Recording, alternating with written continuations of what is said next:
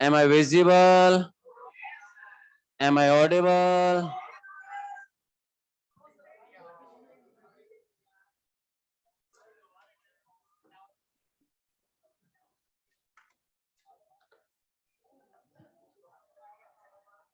Am I audible? What is visible? Okay. सुवी नेत्र चिकित्सालय जाएं, 150 रुपए में पूरे परिवार की चिकित्सा करवाएं। हो गया कम वक्त तो। अरे बोर्ड दिख रहा है, गुरुदेव, गौरव प्रताप, धीरेन्द्र बाबू, दीपेंद्र बाबू। ओके बेटा, thank you, God bless me. दरवाजा लगा दे राजकुमार। कहां तक पहुंचे? मसल्स में रोल है माइक्रोफिलामेंट्स का। 2 मिनट कल के पॉइंट पे डिस्कस कर लें। Present in muscles. मसल्स में माइक्रोफिलामेंट होते हैं, दुनिया जानती है। मसल के कॉन्ट्रैक्शन और रिलैक्सेशन में इनका रोल है। एक्टिन, मायोसिन आप लोगों ने नाम सुना ही होगा। और माइक्रोफिलामेंट में एक्टिन प्रोटीन होता है। कौन सा प्रोटीन होता है? और क्या करेगा microfilament? Help in amoeboid movement. Amoeba में जो अमीबॉइड मूवमेंट हो रहा है, या फिर डब्ल्यूबीसी में जो अमीबॉइड मूवमेंट हो रहा है, डायपेटिस, oozing out, squeezing out of WBC from the wall of blood vessel or capillary is known as diapedesis। तो वहां पे जो अमीबॉइड मूवमेंट हो रही है, वहां पे माइक्रोफिलामेंट का ही रोल है। डायपेडेसिस जो आपने सुना होगा, वो एक तरह की अमीबॉइड मूवमेंट ही। सोल्जल चेंजेस जो होते हैं, अमीबा में जब मूवमेंट हो रही है तो वहां पे सोल्जल चेंजेस हो रहे हैं, वहां पे माइक्रोफिलामेंट का ही रोल होता है। एक इंपॉर्टेंट बात और लिख दूं, माइक्रोफिलामेंट्स हेल्प इन साइक्लोसिस। बोले तो साइटोप्लाज्मिक स्ट्रीमिंग। दो तरह की डेथ होती है, एक होती है क्लिनिकल डेथ और दूसरी होती है बायोलॉजिकल या साइंटिफिक डेथ। क्लिनिकल डेथ का मतलब जब डॉक्टर ये कहे कि अब इसे दवा नहीं दुआ की जरूरत है। आप क्या कर रहे हैं राजकुमार? मैं आपसे ही बात कर, दुआ करवाएं आपके लिए? अभी तो अपन इधर डिस्कस कर रहे हैं ना। तो दो तरह की डेथ होती है, क्लिनिकल डेथ, दूसरी बायोलॉजिकल या साइंटिफिक डेथ। क्लिनिकल डेथ का मतलब डॉक्टर ये कहे कि अब इसे दवा नहीं दुआ की जरूरत है। डॉक्टर कब कहता है? And there is no pulse, कोई फील नहीं हो रहा। There is no heartbeat, धक धक धक धक नहीं आ रहा है।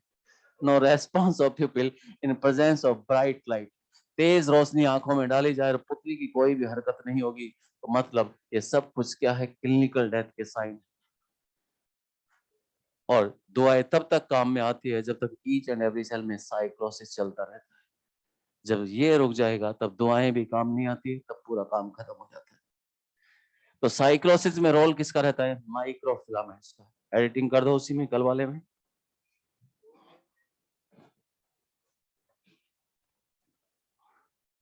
अच्छा, बोर्ड कट गया कोई आपका? कुछ बोलना था ना, बोल देता हूं बेटा। हेल्प इन अमीबॉइड मूवमेंट, ध्यान रखेंगे अगली बार। ये हमारा इलाका है, ये व्हाइट बोर्ड का इलाका है। Help in amoeboid movement. बेटा ऑनलाइन वालों, सोल जेल चेंजेस, ये जो पॉइंट लिखा है, सोल जेल चेंजेस, और ये जो एरो आ रहा है, हेल्प्स इन साइक्लोसिस। जो माइक्रोफिलामेंट है, हेल्प इन साइक्लोसिस, साइक्लोसिस में हेल्प करेगा।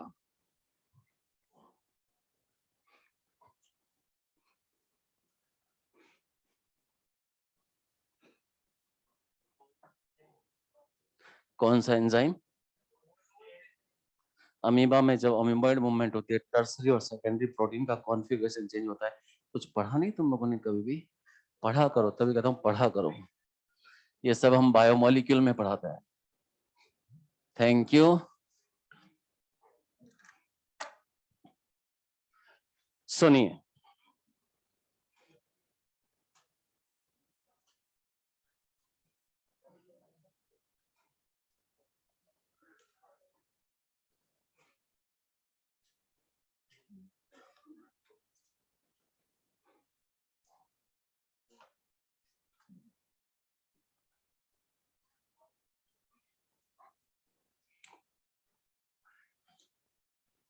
पापा मम्मी आए थे, चले गए, क्योंकि बच्चा पढ़ता ही नहीं था। साइटोकाइनेसिस, ये पूरा इंटरफेस है।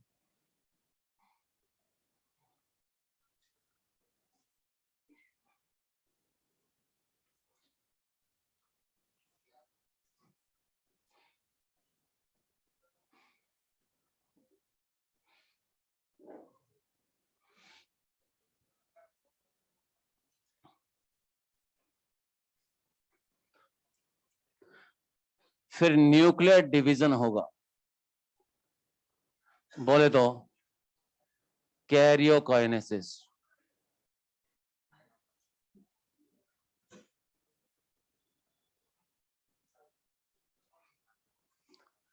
and that is followed by cytokinesis.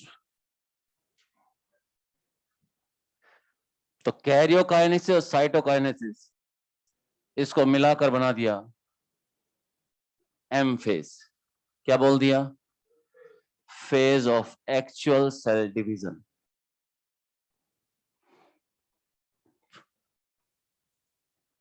अब समझो जरा, जब भी कोई सेल डिवाइड होती, ये एक सेल है, इसमें डिवीजन हुआ और दो डॉटर सेल्स बन गए। अभी डॉटर सेल्स का साइज छोटा, फिर इसको न्यूट्रिएंट्स वगैरह की सप्लाई होती है, इस सेल की ग्रोथ होने लगती है, सेल की ग्रोथ होने लगती है। और जो इनिशियल ग्रोथ है, शुरुआत वाली ग्रोथ, उसको कहते हैं फर्स्ट ग्रोथ फेज। मतलब आप जीवन की बात कर रहे हो। जब भी किसी पेरेंट सेल से डॉटर सेल्स बनती है, तो डॉटर सेल्स ग्रो करती है। ग्रो करने के लिए उसे न्यूट्रिएंट्स, ग्रोथ फैक्टर्स और हार्मोन्स वगैरह की रिक्वायरमेंट है। अगर वो सप्लाई लगातार उसको कंटिन्यू रहा, तो उस ग्रोथ फेज के लास्ट में ये डिसाइड होता है व्हाट टू डू, करना क्या है। अगर वो न्यूट्रिएंट उसे लगातार मिलता रहेगा, तो सेल आगे चली जाएगी, अपने डीएनए को डबल कर लेगी, अपने सेल ऑर्गेनेल का नंबर्स वगैरह बढ़ा लेगी, अपने साइटोप्लाज्मिक कंटेंट्स को बढ़ा लेगी, फिर फाइनली वो डिवाइड होकर फिर से दो डॉटर सेल्स में कन्वर्ट हो जाएगी। लेकिन अगर उसे ग्रोथ फैक्टर्स वगैरह की, न्यूट्रिएंट्स की सप्लाई रुक गई, जब वो ग्रोथ कर रही थी और वो सप्लाई में कंटिन्यूटी में ब्रेक आ गया, तो सेल यहां पे ये डिसीजन लेती है कि करना क्या है।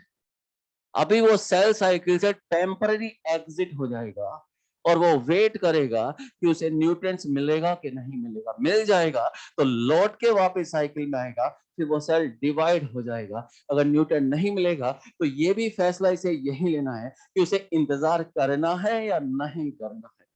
उसे डिवाइड होना ही नहीं है, तो सेल इस ग्रोथ फेज के लास्ट में परमानेंट एग्जिट मार देगा और फिर परमानेंट एग्जिट मार के सेल साइकिल से ही एग्जिट हो जाएगा, लौट कर कभी भी साइकिल में नहीं आएगा, एक स्पेशलाइज सेल में कन्वर्ट हो जाएगा। जैसे आपने कहा, आपका नर्व सेल यानी न्यूरॉन बन गया, आपका कार्डियक सेल या heart cell, skeletal muscle cell बन गया। ये सेल जीवन के लास्ट में ही ये डिसाइड होता है कि करना क्या है। तो G naught is the part of जीवन।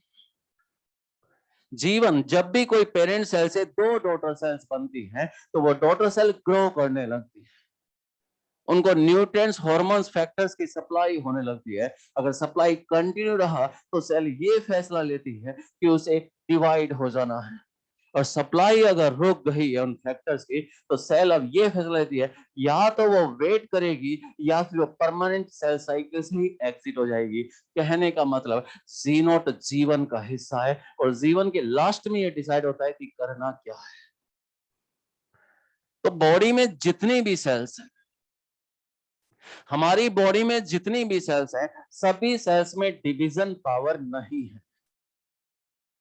हमारे न्यूरॉन्स में अब डिवीजन नहीं होगा, हमारी हार्ट सेल या मसल सेल्स में अब डिवीजन नहीं होगा। इन सेल ने अपनी डिवीजन पावर को हमेशा हमेशा के लिए खो दिया। ऑब्वियसली मैं एडल्ट लाइफ के रेस्पेक्ट में ही बात कर रहा हूं। अब मेरे न्यूरॉन्स में डिवीजन नहीं होगा, अब मेरी हार्ट सेल्स में डिवीजन नहीं होगा। मतलब मेरी सेल ने ये फैसला लिया कि वो सेल साइकिल से परमानेंटली एग्जिट हो गई, डिवीजन के रेस्पेक्ट में परमानेंट शांत हो गई है, परमानेंट जी नॉट क्योसेंट स्टेज में चली गई है। वो डिवीजन के रेस्पेक्ट में शांत हो गई है, लेकिन अभी भी वो मेटाबॉलिकली एक्टिव तो है। तो कुछ सेल सेल साइकिल से हमेशा हमेशा के लिए ही बाहर हो गई, परमानेंट एग्जिट मार गई, मतलब वो परमानेंट जी नोट में चली गई। परमानेंट जी नोट का मतलब अब लौटकर साइकिल में नहीं आएगी, साइकिल से ही एग्जिट हो गई। साइकिल से एग्जिट होना और इस जीवन से एग्जिट होना तो अलग अलग बातें हैं। कोई साइकिल से ही एग्जिट हो गया तो लौट कर नहीं आएगा, exit from cell cycle. Cycle से ही एग्जिट हो चुकी है, साइकिल से एग्जिट हो गई है तो लौट कर साइकिल में नहीं आएंगी। अब इनमें कभी भी डिवीजन नहीं होगा, हमेशा हमेशा के लिए साइकिल से बाहर निकल चुकी हैं, अब इनमें डिवीजन नहीं होगा। ऐसा हमारे न्यूरॉन्स में होता है, नर्व सेल्स में होता है।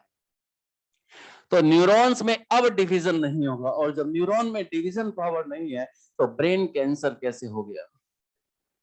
ए चैंपियन, ब्रेन कैंसर कैसे हो गया?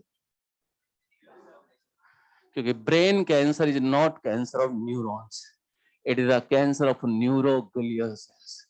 आप नर्वस टिश्यू जब पढ़ेंगे तो उसमें आपको केवल न्यूरॉन नहीं मिलेगा, आपको मैक्रोग्लिया माइक्रोग्लिया सेल्स भी मिलेंगे, और मैक्रोग्लिया में आपको ओलिगोडेंड्रोसाइट और एस्ट्रोसाइट्स भी मिलेंगे, आपको एपेंडाइमल सेल्स भी मिलेंगी, वो अलग कैटेगरी होती है। न्यूरो सिक्रेटरी सेल्स की अलग कैटेगरी होती है। तो नर्वस टिश्यू में केवल न्यूरॉन नहीं आता है। Brain cancer is not cancer of neuron, क्योंकि न्यूरॉन में डिवीजन पावर नहीं है, वो सेल हमेशा हमेशा के लिए साइकिल से बाहर हो गई है। इनमें अब कभी भी डिवीजन नहीं होगा, चाहे कितनी भी इंजरी हो जाए। ऐसे ही हमारी हार्ट सेल में अब कभी भी डिवीजन नहीं होगा।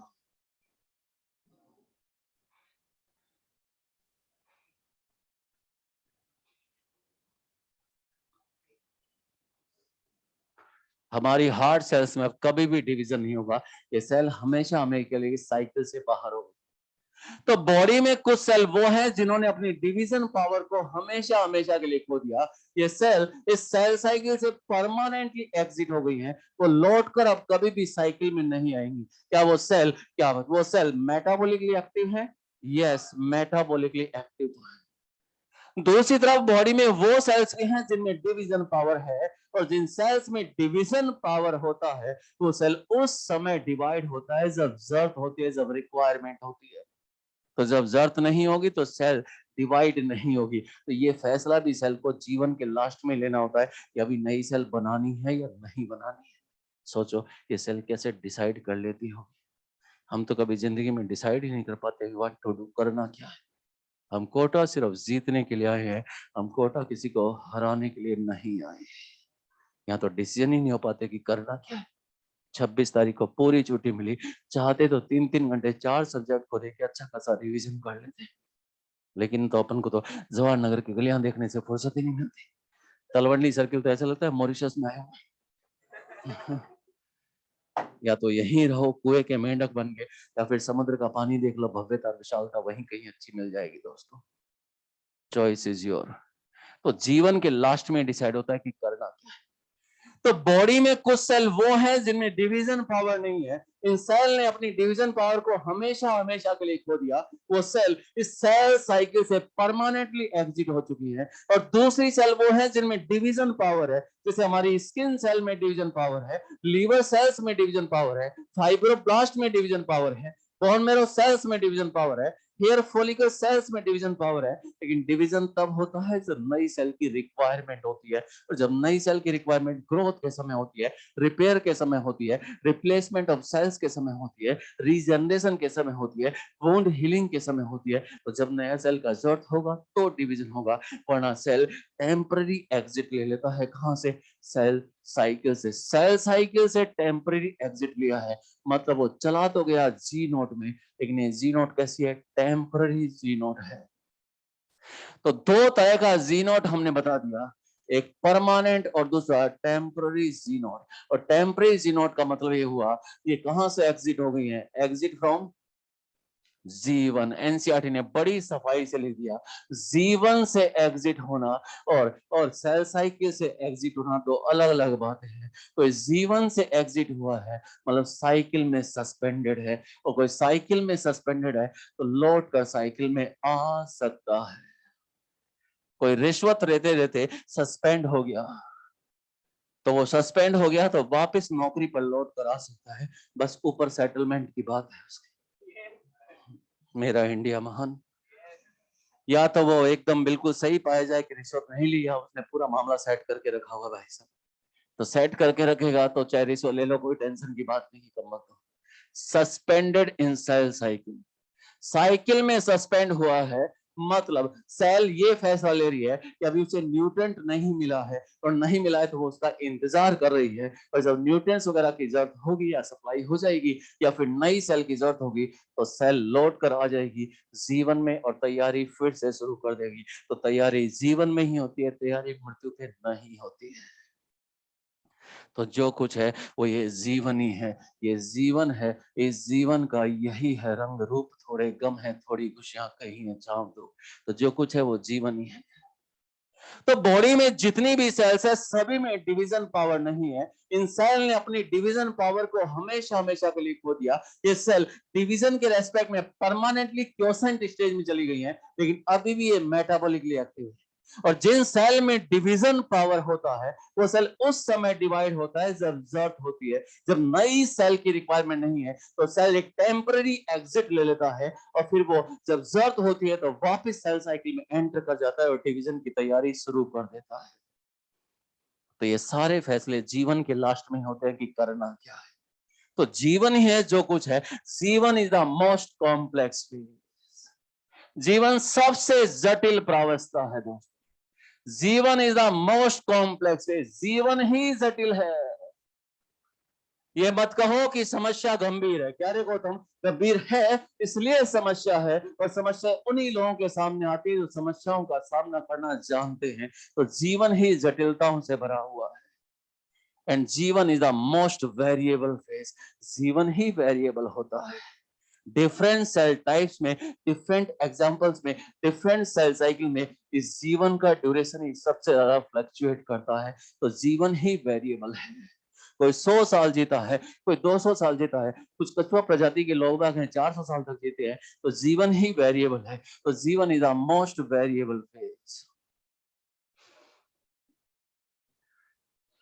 And G one is the most deciding phase, फैसले जीवन में ही होते हैं। अर्थी पे जाते समय और ताबूत में दफनाते समय कोई भी फैसले नहीं लेता, ये सारे फैसले जीवन के हैं कि उसे सेल साइकिल से परमानेंटली एग्जिट ले लेना है या फिर उसे एक टेम्पररी एग्जिट ले लेना है, ये सारे फैसले जीवन में ही होते हैं। तो G one is the most deciding phase. तो जो कुछ है वो जीवन ही है दोस्तों, और जीवन ना मिलेगा दोबारा। क्या मेरे यारा? जीवन ना मिलेगा दोबारा। जीवन को बोलते हैं फर्स्ट ग्रोथ फेज, क्योंकि सेल ने जब तैयारी शुरू की तो कुछ इसके अंदर रॉ मेटेरियल बनने लगेगा। तो जीवन को फर्स्ट ग्रोथ फेज कहते हैं, और G2 को हम लोग बोलते हैं सेकंड ग्रोथ फेज। आप समझो मेरी बात को, आप हेडिंग को ही पढ़ के देखो, cell division, cell division, cell division. Division बाद में हो रहा है, पहले सेल तैयारी करता है। जब भी एक सेल से दो डॉटर सेल्स बनेगी तो सीधा ही दो टुकड़े नहीं बन जाएंगे, पहले सेल तैयारी करती है। क्या तैयारी करती है? इस सेल के पास में जो भी जेनेटिक इंफॉर्मेशन है उसकी कॉपी तैयार होगी। और क्या तैयारी करेगी? ये अपने ऑर्गेनेल्स का नंबर बढ़ाएगी, मेनली माइटोकॉन्ड्रिया एंड क्लोरोप्लास्ट। अगर इस पेरेंट सेल के पास में एक ही माइटोकॉन्ड्रियन है, वो इस डॉटर सेल के पास चला गया तो ये डॉटर सेल सरवाइव नहीं करेगा। अगर इस पेरेंट सेल के पास में एक क्लोरोप्लास्ट है और वो इसके पास चला गया तो ये वाला डॉटर सेल सरवाइव नहीं करेगा, because mitochondria and chloroplast never arise de novo, नए सिरे से नहीं बनता है। पहले से जो माइटोकॉन्ड्रियन मौजूद है उसी में बाइनरी फ्यूजन हो जाएगा और दो माइटोकॉन्ड्रिया बन जाएंगे। तो कम से कम एक एक तो देना ही पड़ेगा। तो जब भी सेल डिवीजन की तैयारी करता है तो अपने सेल ऑर्गेनेल का नंबर बढ़ा लेता है, मेनली माइटोकॉन्ड्रिया एंड क्लोरोप्लास्ट। तो ये चांस ही रहता है कि जब साइटोकाइनेसिस होगा डिवीजन के लास्ट में तो कम से कम एक एक सेल ऑर्गेनेल जाने की प्रोबेबिलिटी तो रहेगी। एक माइटोकॉन्ड्रियन एक क्लोरोप्लास्ट तो चला ही जाएगा। तो सेल यही तैयारी करता है। तो कुछ तैयारी वो जीवन में करता है, कुछ एस्ट्रेज में करता है, कुछ वो G2 में करता है, और तैयारी को ही ज्यादा वक्त दिया जाता है।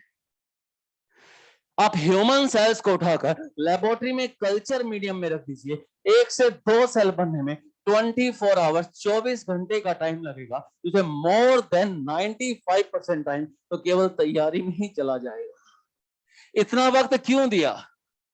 मतलब 23 घंटे के आसपास का वक्त तो केवल तैयारी में चला गया। आखिरी 1 घंटा 60 मिनट्स एक्चुअल डिवीजन के लिए, एक्चुअल डिवीजन के लिए। तो तैयारी को इतना वक्त क्यों दिया गया? वो इसलिए दिया गया कि पर्पस जो था मेन, जो मोटो या एम था डिवीजन का, केवल 2 सेल बनाना नहीं था। पर्पस ये था कि करेक्ट डिवीजन हो जाए। जो भी डॉटर सेल्स बनेगी उनको इंटैक्ट जीनोम पहुंचना चाहिए। इंटैक्ट बोले तो अनडैमेज। तो सेल जब अपना डीएनए रेप्लिकेट कर लिया, अपने सेल ऑर्गेनेल्स वगैरह का नंबर बढ़ा दिया, तो बड़ा शानदार जेनेटिक कंट्रोल रहता है हर इवेंट के ऊपर चेक पॉइंट्स की तरह। क्योंकि चेक पॉइंट्स में जो भी प्रोटीन्स एंजाइम यूज होते हैं वो डीएनए या जीन से ही तो बनते हैं, तो अल्टीमेट कंट्रोल तो जीन का ही रहेगा। तो जब तैयारी चल रही होती है तो बड़ी सावधानी से सेल तैयारी करती है। तो तैयारी को ज्यादा वक्त दिया गया। हमारे लिए 1 से 2 सेल बनने में जो एवरेज टाइम निकालते हम लोग लेबोरेटरी कंडीशन में 24 आवर्स है, और ईस्ट और फंगस सेल के लिए कितना हो गया? 90 मिनट्स।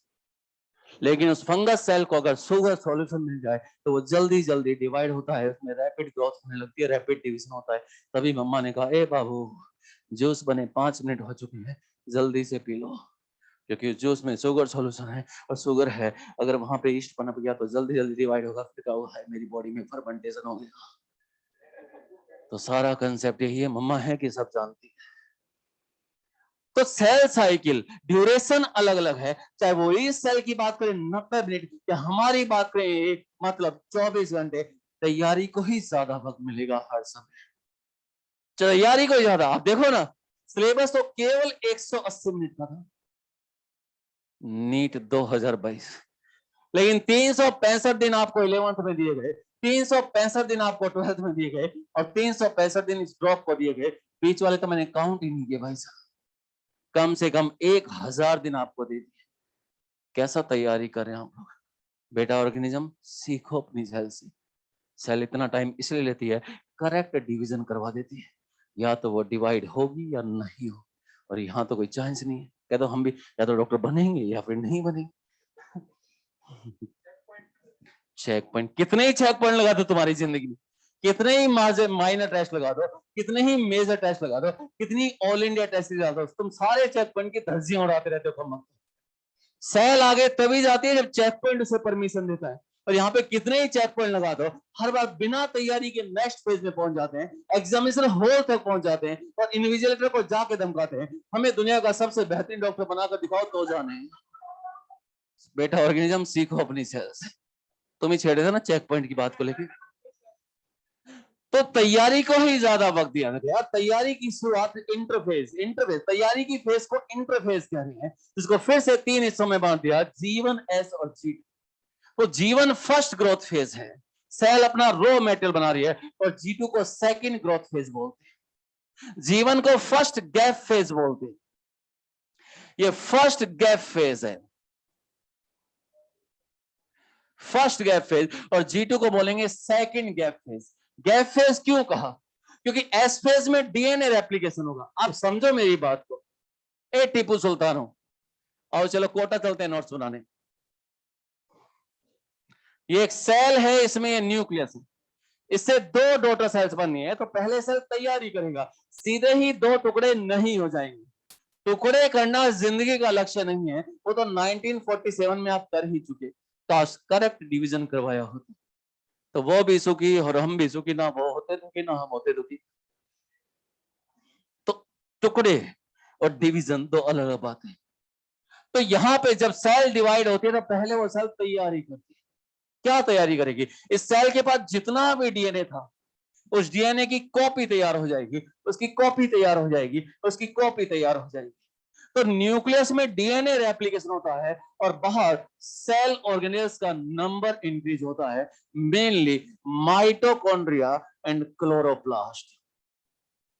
अगर एनिमल सेल है तो इसी तैयारी में इस सेंट्रियोल की कॉपी भी तैयार हो जाती है, एक सेंट्रियोल पेयर से दो सेंट्रियोल पेयर बन जाते हैं। तो ये सारी तैयारी होती है। न्यूक्लियस में डीएनए का अमाउंट डबल हो जाएगा, वहां सेल ऑर्गेनेल का नंबर बढ़ जाएगा, जो भी प्रोटीन एंजाइम चाहिए वो सब कुछ बन जाता है इस तैयारी के अंदर। अगर एनिमल सेल है तो सेंट्रियोल का डुप्लीकेशन मिल जाएगा। और जब ये सेल सारी तैयारी कर लेगा, जब ये सेल सारी तैयारी कर लेगा तो जितना भी डीएनए डबल किया था उसको दो हिस्सों में बांट दिया जाएगा, उसको दो हिस्सों में बांट दिया जाएगा। उसके बाद में साइटोकाइनेसिस होगा और दो डॉटर सेल्स बन जाएगी। सेल ऑर्गेनेल का नंबर बढ़ाया था तो एक एक जाने की प्रोबेबिलिटी तो हो ही जाती है दोस्तों लेकर। बस यही डिवीजन है। तो मोटा मोटा अपने दिमाग में रखो कि सेल डिवाइड हो रही है तो एक्चुअली चल क्या रहा है उसके अंदर। तो जब सेल तैयारी करती है दुनिया को केवल ग्रोथ दिखती है, कुछ ग्रोथ जीवन में होती है, कुछ एस में होती है, कुछ G2 में। सेल अपना कंटेंट बढ़ा रही है, अंदर सेल ऑर्गेनेल का नंबर बढ़ रहा है। ए स्पाइडरमैन और बेचैनी और छटपटाहट, तुमसे ही बात कर रहा हूँ, इधर मैं समझा रहा हूँ तो पन्ने पलट रहे बात। जबरदस्ती ये आईजी है तुम्हारा एनसीईआरटी पे लग गया तो सारे एंटीजन मर जाएंगे। सलाइवा में आईजी होता है। ये सेल तैयारी कर रही है तो कुछ प्रोटीन वो जीवन में बनाती है, कुछ एस में बनाती है, कुछ G2 में। तो सेल की ग्रोथ हो रही है। तो आपको तो सेल बढ़ती हुई दिखती है। गलती से पहले इस इंटरफेस को रेस्टिंग फेज कहा जाता था। तैयारी की फेज रेस्टिंग फेज कैसे हो सकती है? दुनिया को लगता है ये बच्चे कोटा में रेस्टिंग फेज में। हमें पता है ना बेचारे कितनी मेहनत करते हैं, कभी इस पेन ड्राइव में मूवी लेना, कभी उस पेन ड्राइव में, पूरी मेहनत, कभी इस सड़क पे कभी इस सड़क पे, कभी टेलीग्राम पे वहां पे पुष्पा का लिंक ढूंढना, कभी वहां पे RRR का लिंक ढूंढना, पूरा दिन यही काम करता रहता है। स्पाइडरमैन का लिंक आया क्या? पूछ रहा हूँ, बता नहीं रहा हूँ कमर का लिंक। तैयारी की फेज रेस्टिंग कैसे होती है? दिखने में लग रहा है कि सेल ग्रोथ कर रहा है, जीवन SG2 दुनिया को सेल बढ़ता हुआ दिख रहा है, अंदर उसने अपने डीएनए को डबल कर लिया। और जब डीएनए रेप्लिकेशन होता है तो एक न्यूक्लियोटाइड की हेराफेरी को भी ठीक किया जाता है, क्योंकि वो अगर डीएनए डैमेज हो गया या हेराफेरी हो गई तो वो हेराफेरी कितनी भारी पड़ सकती है ये उनको पता है, जिनको सिकल सेल एनीमिया है या थैलेसेमिया है। जीन या पॉइंट म्यूटेशन कितना भारी पड़ सकता है उन लोगों को पता है। तो सेल रेस्टिंग में कैसे हो सकती है तैयारी की फेज में, मुझे ये बताइए। तो सेल तैयारी करेगी, तैयारी को ज्यादा वक्त दे दिया गया। तो कुछ तैयारी जीवन में की, कुछ एस में की, कुछ G2 में की। एस फेज में वो अपना डीएनए डबल करती है, अंदर जो डीएनए होगा न्यूक्लियस में उसका अमाउंट डबल होगा, तो डीएनए की कॉपी यहां तैयार होगी। तो नया डीएनए बनने के लिए न्यूक्लियोटाइड तो चाहिए, और सारी तैयारी सेल को पहले करनी। और जब डीएनए रेप्लिकेट कर लेगी तो सेल ये चेक करेगी रेप्लिकेशन ठीक से हुआ कि नहीं हुआ, तो फिर सेकंड गैप दिया गया। पहला गैप आया रेप्लिकेशन की तैयारी के लिए, दूसरा गैप आया रेप्लिकेशन को चेक करने के लिए। एस फेज में सेल डीएनए रेप्लिकेट करेगी, यहाँ पे पहला गैप आया, यहाँ पे दूसरा गैप आया। ये फर्स्ट गैप फेज है, ये सेकंड गैप फेज है। ये गैप आया रेप्लिकेशन की तैयारी के लिए, ये गैप आया रेप्लिकेशन को चेक करने के लिए। तो जीवन को बोलते हैं फर्स्ट गैप फेज, और इसको क्या बोलेंगे? Second gap. साइकिल यूं चलेगा, एक इंटरफेस हुआ, फिर दो डॉटर सेल्स बन गई, फिर इंटरफेस हुआ, फिर दो डॉटर सेल बन गई, यानी interphase M phase, interphase M phase, cycle यूं चलता रहेगा। तो टू सक्सेसिव इंटरफेस के बीच में एक एम फेज आएगा, और टू सक्सेसिव एम फेज के बीच में एक इंटरफेज आ जाएगा। तो जीवन के बाद एस आता है, फिर एस के बाद G2 आता है, और G2 के बाद में एम फेज आता है। एम फेज को बोलते हैं माइटोटिक फेज। तो जीवन के बाद ऐसा आया, एस को बोलते हैं सिंथेसिस फेज। तो इसके रेस्पेक्ट में जीवन को क्या बोलेंगे? पोस्ट या pre? Pre synthesis, pre synthesis. और एम के बाद आ गया तो इसे क्या बोलेंगे? Post mitotic. एम को माइटोटिक बोल दिया तो हमने जीवन को बोला पोस्ट माइटोटिक। एम फेज के बाद आया है और एस से पहले आया है तो आप कहेंगे प्री सिंथेसिस फेज है।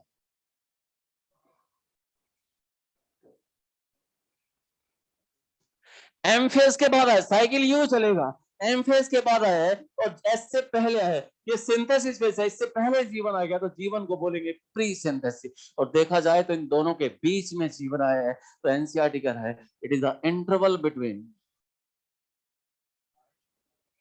माइटोसिस, माइटोसिस किसको बोल रहे हैं? एम फेज को, and initiation of DNA replication. DNA replication की शुरुआत कौन सी फेज में होती है? एस फेज में। तो दोनों के बीच में क्या आ गया? जीवन आ गया, इनिशिएशन ऑफ डीएनए रेप्लिकेशन। तो जब भी कोई सेल डिवाइड होती है सीधा ही डिवाइड नहीं होती, पहले वो सेल तैयारी करती है और तैयारी की फेज को इंटरफेज कहेंगे और तैयारी को ही ज्यादा वक्त दिया गया। इंटरफेज को फिर से 3 हिस्सों में बांट दिया, G1, S और G2।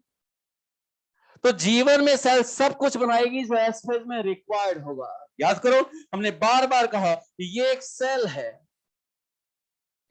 जब ये सेल एस फेज में एंटर करती है तो अंदर अपना डीएनए डबल कर लेती है, तो अंदर डीएनए रेप्लिकेशन होगा और अगर एनिमल सेल है तो बाहर सेंट्रियोल डुप्लीकेशन होगा।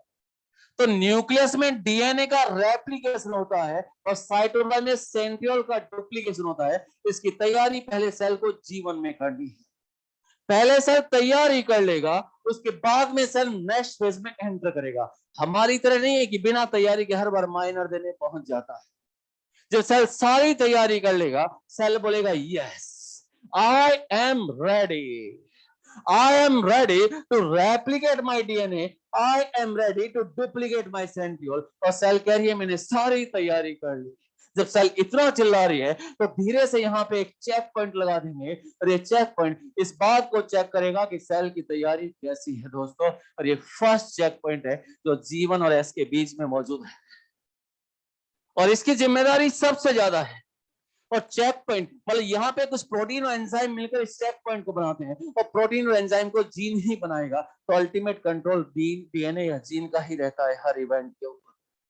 तो जीवन में सेल ने सब कुछ बनाया जो एस फेज में रिक्वायर्ड है। एस फेज में सेंट्रियोल का डुप्लीकेशन होगा और यहाँ पे डीएनए का रेप्लिकेशन होगा और नया डीएनए जो बनेगा उसको साथ साथ पैक भी करना है क्योंकि पहले ही नहीं आ रहा, ऊपर से अमाउंट डबल हो रहा है। तो पैक करने के लिए हिस्टोन चाहिए, तो हिस्टोन की तैयारी भी वहां करनी है। प्रोटीन तो तब बनेगा जब पहले अपने सेलुलर पूल के अंदर क्या बना के रखेगा? Amino acids. सोचो सेल को कितनी तैयारी करनी पड़ती है। दुनिया भर के एनर्जी रिच कंपाउंड्स बनाए जाते हैं जीवन में, इसलिए जीवन को एंटी फेज कहते हैं, ANTE, क्योंकि एनर्जी रिच कंपाउंड्स यहाँ पर बनते हैं दोस्तों। रेस्टिंग कैसे हो सकता है? तो जब सेल ने सारी तैयारी कर ली तो ये फर्स्ट चेक पॉइंट इस बात को चेक करेगा सेल की तैयारी कैसी है और ये फर्स्ट चेक पॉइंट की रेस्पॉन्सिबिलिटी सबसे ज्यादा हो जाती है। इस फर्स्ट चेक पॉइंट को रेस्ट्रिक्शन पॉइंट भी कहते हैं। क्या कहते हैं? रेस्ट्रिक्शन। और जिंदगी में जब भी रेस्ट्रिक्शन लगाई जाती है वो जिंदगी बचाने के लिए लगाई जाती है, जिंदगी छीनने के लिए नहीं लगाई जाती। फर्स्ट चेक पॉइंट इसको रेस्ट्रिक्शन पॉइंट बोल दिया है।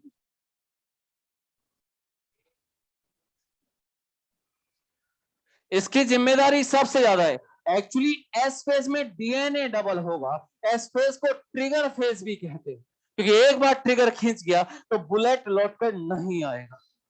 तो सोच समझकर सेल को एस फेज में भेजते हैं। इस सेल के अगर एस फेज में भेज दिया और इस सेल ने अगर अपना डीएनए अंदर डबल कर लिया तो इस सेल के पास में दो ही चॉइस होती है। अगर इस सेल को एस फेज में एंटर करने दिया तो ये सेल अपना डीएनए डबल कर लेगी। अगर किसी सेल ने अपना डीएनए डबल कर लिया तो इस सेल के पास दो ही ऑप्शन होते हैं, या तो ये डिवाइड होगा या फिर ये नहीं होगा, डू और डाई। क्या मेरे भाई? तीसरा ऑप्शन ही नहीं। इसलिए सोच समझकर सेल को एस फेज में एंटर करने दिया जाता है। तो फर्स्ट चेक पॉइंट की जिम्मेदारी सबसे ज्यादा होगी। तो फर्स्ट चेक पॉइंट इस बात को चेक करेगा सेल का प्रिपरेशन कैसा है। क्योंकि सेल का डीएनए डबल हो गया, या तो वो डिवाइड होगा या फिर इस सेल को प्रोग्राम्ड सेल डेथ या एपोप्टोसिस से उड़ा दिया जाएगा। तीसरा कोई चॉइस नहीं है, इसलिए सोच समझकर सेल को नेक्स्ट पेज में भेजते हैं कि वहां पे वो सेल अपना डीएनए डबल कर लेगा। अगर अमाउंट डबल हो गया तो फिर तीसरी चॉइस नहीं है। तो पहले चेक पॉइंट की जिम्मेदारी सबसे ज्यादा ये इस बात को चेक करता है कि सेल ने डीएनए रेप्लिकेशन के लिए, हिस्टोन सिंथेसिस के लिए सारी तैयारी कर ली या नहीं कर ली। अगर तैयारी नहीं हुई है तो सेल को जीवन में तब तक सस्पेंडेड रखा जाता है जब तक वह इस फेज की तैयारी नहीं कर लेता है। सोचो विद इन सेल यहाँ पे उसको मॉलिक्यूलर सिग्नल कैसे मिलते होंगे कि बाहर तैयारी नहीं हुई है, अभी डीएनए रेप्लिकेशन नहीं हो सकता है। सोचो मॉलिक्यूलर लेवल पे ये मैकेनिज्म कैसे होती होंगी। बेटा ऑर्गेनिज्म, आप क्या समझोगे बायोमोलिक्यूल्स का dance? This the chemistry of biomolecules. क्योंकि वो बायोमोलिक्यूल थे जिन्होंने इंटरेक्शन और डांस करना शुरू किया और लिपिड बाइलेयर बन गया। और वो बायोमोलिक्यूल इंटरेक्ट नहीं करते, सेल तो बहुत दूर की बात, सेल मेम्ब्रेन ही नहीं बनता। आज जो दुनिया में दुनिया भर की आप बायोडाइवर्सिटी देख रहे हैं, फ्लोरा और फाना, इन सब के पीछे केवल एक ही रीजन है, इंटरेक्शन ऑफ बायोमोलिक्यूल्स। आप क्या समझोगे बायोकेमिस्ट्री? तो फर्स्ट चेक पॉइंट सबसे इंपॉर्टेंट है, and this checkpoint is made of cyclin dependent kinase CDK and cyclins। एक एंजाइम है काइनेज, एक एंजाइम है काइनेज, एक एंजाइम है काइनेज, और इसकी एक्टिविटी साइक्लिन की बाइंडिंग पे डिपेंड करेगी। एक एंजाइम है काइनेज और इसकी एक्टिविटी साइक्लिन की बाइंडिंग पे डिपेंड करेगी। जब साइक्लिन डिपेंडेंट काइनेज, जब काइनेज के साथ में ये साइक्लिन जुड़ जाएगा तो ये एंजाइम एक्टिव हो जाएगा, उन सारे बैरियर्स को हटा देगा जो सेल को आगे जाने से रोक रहा है। तो काइनेज की एक्टिविटी साइक्लिन की बाइंडिंग पे डिपेंड करती है, हेंस नेम्ड साइक्लिन डिपेंडेंट। क्या नाम दे दिया? साइक्लिन। तो जब सीडीके और साइक्लिन का कॉम्प्लेक्स बन जाएगा तो सेल को ग्रीन सिग्नल मिल जाएगा और सेल नेक्स्ट फेज में एंटर कर जाएगा। सोचो ये कैसे डिसाइड होता होगा, वो सिग्नल सेल को अंदर अंदर कैसे मिलते हैं, ये कॉम्प्लेक्स बन जाना चाहिए या फिर नहीं बन जाना चाहिए।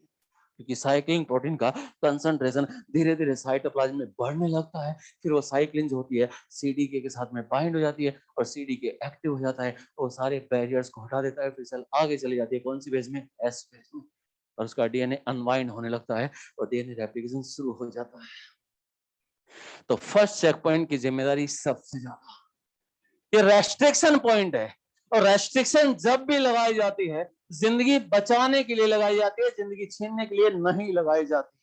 बिना तैयारी के सेल आगे चला गया और अपने डीएनए को यहाँ पे अनवाइंड कर दिया, और जब उसने अपने डीएनए को अनवाइंड किया तो उससे कहा कि बाहर से क्योंकि ये सब कुछ अंदर चल रहा है, बोले बाहर से नया न्यूक्लियोटाइड लेकर आओ ताकि हम नया डीएनए बना सके। बोले ओ तेरी, वो तो बनाए नहीं। तो जब बनाए नहीं तो डीएनए अनवाइंड क्यों है? क्यों? तो फर्स्ट चेक पॉइंट की जिम्मेदारी सबसे ज्यादा ये रेस्ट्रिक्शन पॉइंट है, और रेस्ट्रिक्शन जब भी लगाई जाती है जिंदगी बचाने के लिए लगाई जाती है। एक जिराफ की माँ भी जो अपने बच्चे को बर्थ देती है तो खड़े खड़े बर्थ देती है। उस ऊंचाई से जब बच्चा नीचे गिरता होगा उसे कितना चोट लगता होगा, उसके बावजूद भी माँ पीछे आकर उस न्यूबॉर्न को जोर से ठोकर मारती है। उसे कितना दर्द होता होगा, उसके बावजूद माँ उसको ठोकर मारती है, क्योंकि ठोकर नहीं पड़ेगी तो कम उठेगा नहीं, और उठेगा नहीं तो चलेगा नहीं, और चलेगा नहीं तो दौड़ेगा नहीं, और दौड़ेगा नहीं तो जंगली जानवरों से बच्चे की लाइफ कैसे बचेगी। तो अपने ही बच्चे की जिंदगी बचानी है तो रेस्ट्रिक्शंस तो लगानी ही पड़ती है। तो ट्रैफिक पुलिस वाले भी जब मुझे रोकते हैं, गुप्ता जी रुक जाओ, ये कार इतना तेज चला रहे हो, ये हेलमेट कौन लगाएगा, ये बाइक से तेज चला रहे हो, ये सीट बेल्ट कौन लगाएगा? तो वो कहते हैं ट्रैफिक रूल्स को फॉलो कीजिए। आप ट्रैफिक रूल्स को फॉलो कीजिए, क्योंकि जब आपका सर ही नहीं बचेगा तो आपको सर कौन बोलेगा? आप गणेश जी की तरह लक्ष्मी बिल्कुल नहीं हो सकते, क्योंकि उस जमाने के न्यूरो सर्जन अलग बात हुआ करती थी। तो रेस्ट्रिक्शन जो है ट्रैफिक, वो मेरी जिंदगी बचाने के लिए, लेकिन इन पे तो जब भी रेस्ट्रिक्शन लगाई जाती है इनको तो लगता है बस ये सब बड़े हमारा खून पीने के लिए तैयार बैठे हैं। घर में मम्मी पापा टोकते रहते हैं या फिर पीजी सर टोकते रहते हैं और काम नहीं। तो इन पे जब भी बोल बेटा जी नहीं, पूरा दिन फोन पे कुछ अर्निंग मत किया करो, ये सोशल मीडिया पे स्क्रॉल मत किया करो, वो पूरा दिन वहां पे इंस्टाग्राम के ऊपर ये मत देखते रहो, ये रील वगैरह ये नहीं। इनको तो लगता है टोकते ही रहते। इन पे तो जब भी रेस्ट्रिक्शन लगाई गई कि अभी जरूरत नहीं, मजा तो तब है जब दुनिया के सबसे बेहतरीन डॉक्टर को एक दिन पीयूष पापा फ्रेंड रिक्वेस्ट भेजें और कई महीनों और सालों के बाद जब से कंफर्म करें तो मैसेंजर पे एक मैसेज भी छोड़ दें कि सॉरी पीयूष पापा, दूसरों की जिंदगी बचाने में इतना बिजी हो गया कि पता ही नहीं चला कि सोशल मीडिया भी कोई लाइफ होती है। तो सुबह कब भी तो आएगी। वो पतंग भी चिल्ला रही, जालिमा छोड़ दे छोड़ दे छोड़ दे, इस डोर ने मेरी जिंदगी बांध रखी है। वो ये नहीं जानती इस लगाम और डोर के कारण, इस रेस्ट्रिक्शन के कारण तूने हवाओं के विपरीत ऊंचाइयों को छू रखा है। एक बार ये रेस्ट्रिक्शन काट दी, तेरा तो अस्तित्व ही खत्म हो जाएगा। तू तो वहां पे गुमनामी के अंधेरे में खो जाएगी। रेस्ट्रिक्शन हमेशा फेवरेबल होती। तो अपने घर में छोटे भाई बहन को फोन पे खेलते हुए देखते हैं, उन्हें टोकते हैं, कोई आप उनकी जिंदगी थोड़ा ना बर्बाद करना चाहते, आप भी उनकी जिंदगी ही बचाना चाहते हैं कि बहुत हो गया कैंडी क्रश सागा खेलते हुए और यहाँ पे कार्टून चैनल देखते हुए, आप फोन को छोड़ दीजिए। तो रेस्ट्रिक्शन हमेशा फेवरेबल होती है। आप उनको एक छोटा सा मैसेज ही तो कन्वे करते हैं, बेटा फोन पे अपनी जिंदगी ऐसे बर्बाद मत करो जैसे पिछले 20-25 सालों में हमने पूरी तरह से स्पॉइल करके रख दी है। तो रेस्ट्रिक्शन हमेशा फेवरेबल होती है।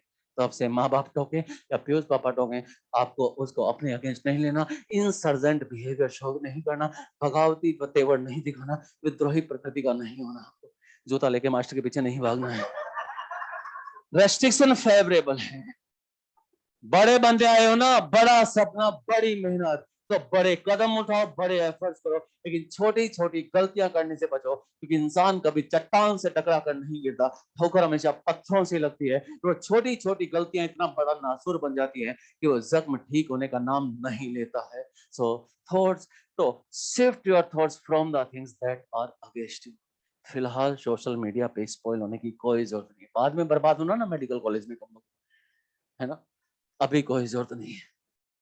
तो सेल ने सारी तैयारी की, फर्स्ट चेक पॉइंट ने चेक किया, सीडीके और साइक्लिन का कॉम्प्लेक्स बन गया। तो जैसे ही कॉम्प्लेक्स बन जाएगा, सेल को ग्रीन सिग्नल मिल गया, सेल एस फेज में आ गई। और एस फेज को बोलते हैं सिंथेसिस फेज। क्या बोलते हैं इसे? यहां पे डीएनए सिंथेसिस होगा, इसको ट्रिगर फेज भी बोलते हैं। एक बार ट्रिगर दब गया तो बुलेट लौट कर नहीं आएगा। तो सोच समझ कर सेल को एस फेज में भेजा जाता है।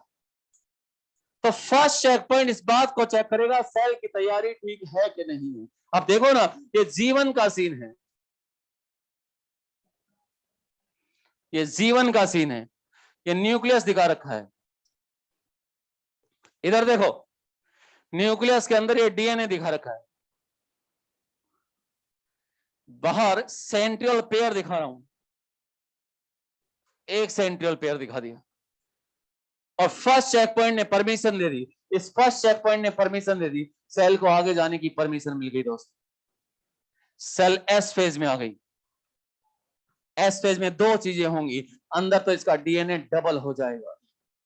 जब सेल जीवन से एस फेज में आएगा तो पहले उसको चेक पॉइंट से परमिशन लेनी पड़ेगी, परमिशन मिल गई तो एस फेज में वो अपना डीएनए डबल कर लेगी।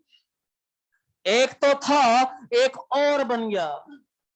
मैं मोटाई से इसको डिफरेंशिएट कर रहा हूं, अमाउंट डबल हो गया। एक तो था, एक और बन गया, दो डीएनए मॉलिक्यूल हो गए। एक तो था, एक और बन गया, टोटल 46 आप में यही होगा। डीएनए का अमाउंट डबल हो गया। सेल एस फेज में आई तो डीएनए का अमाउंट डबल हो गया। अगर इसके पास में इनिशियली 2C डीएनए था तो यहां पे इसके पास में 4C डीएनए हो जाएगा। डीएनए का अमाउंट डबल हो गया है, लेकिन नंबर में कोई भी चेंज नहीं हुआ। एक डीएनए मॉलिक्यूल था, दो हो गए। ए भाई साहब ब्लू जैकेट, एक डीएनए मॉलिक्यूल था, दो हो गए, अमाउंट डबल हो गया। लेकिन इन दोनों को अभी एक ही कंसीडर करेंगे, क्योंकि इन दोनों को जोड़ने के लिए बीच में कोहेसिन्स है। ये दोनों डीएनए मॉलिक्यूल अभी आपस में एक दूसरे के साथ जुड़े हुए हैं। बेटा गायत्री और शकुंतला, इधर राजकुमार, क्या बेटे? एक डीएनए मॉलिक्यूल था, एक और बन गया, एस फेज में डबल हो गया। दो हो गए तो क्या हो गए? अमाउंट डबल हुआ है, नंबर एक ही कंसीडर होगा, क्योंकि दोनों डीएनए मॉलिक्यूल अभी भी आपस में अटैच्ड है। जिस पॉइंट पे अटैच्ड है उसे सेंट्रोमियर कहेंगे, और जो प्रोटीन को जोड़ेगा वो कोहेसिव। बैठ जा, अभी आने दे, आज ब्लास्ट देखते हैं कितना वॉइडिंग रिफ्लेक्स आता है। देखता हूँ तेरी डेट्रोसर मसल करती क्या है, देखता हूँ तेरा पैरासिम्पैथेटिक स्टिमुलेशन क्या काम करता है। इंस्पेक्टर फ्लॉप हो रहा है तो भाग जा जल्दी से, जा जा जा। 2 डीएनए मॉलिक्यूल, मतलब अमाउंट डबल हुआ है, नंबर उतना ही रहेगा। अगर मैं 70 किलो से 140 किलो का हो गया तो क्या मैं 2 हो जाऊंगा? अमाउंट डबल हुआ है। मैं मानता हूं कि पीसी के मायने चेंज हो गए कि पहले पीयूष गुप्ता जा रहा था, अब पीयूष गैंडा जा रहा है, लेकिन गैंडा एक ही जा रहा है। तो अमाउंट उतना का उतना है, नंबर अमाउंट डबल हुआ है, नंबर में कोई भी चेंज नहीं हुआ है। मतलब डीएनए का नंबर, डीएनए की अमाउंट को सी से नोट करते हैं, क्रोमोसोम के नंबर को एन से नोट करते हैं। ए नोटिका सुन ले, ये 2n का 2n ही रहेगा क्रोमोसोम नंबर। तो जब भी सेल जीवन से एस फेज में आएगा वो अपना डीएनए डबल कर लेगा। एक डीएनए मॉलिक्यूल से 2 बन गए, डीएनए का अमाउंट डबल हो गया है। सी वैल्यू एन वैल्यू क्या होता है? जब तक मैं मियोसिस कंप्लीट करूं आप लोग अच्छे से पढ़ लेना, क्योंकि आपने बहुत बार पढ़ा हुआ है, मैं सीधा ही क्वेश्चन करूंगा वहां से आपसे लोगों से। तब तक अच्छे से पढ़ लेना बेटा। जीनोम समझ में आ रहा है? रुक जाओ, अगला नंबर तुम्हारा ही होगा, तुम ही पहले निशाने पे हो। डीएनए का अमाउंट डबल हो गया, एक डीएनए से 2 डीएनए मॉलिक्यूल बन गए, लेकिन दोनों अभी साथ साथ जुड़े हुए हैं। जब ये अलग होंगे तो 2 कंसीडर होंगे। ऐसा कब होता है? एनाफेज में। एनाफेज में ऐसा होता है। अभी तो अमाउंट डबल हुआ है, नंबर उतना ही रहेगा। तो न्यूक्लियस के अंदर डीएनए का अमाउंट डबल हो गया है, और अगर एनिमल सेल है तो सेंट्रियोल पेयर रेप्लिकेट हो गया है, सेंट्रियोल का डुप्लीकेशन हो गया।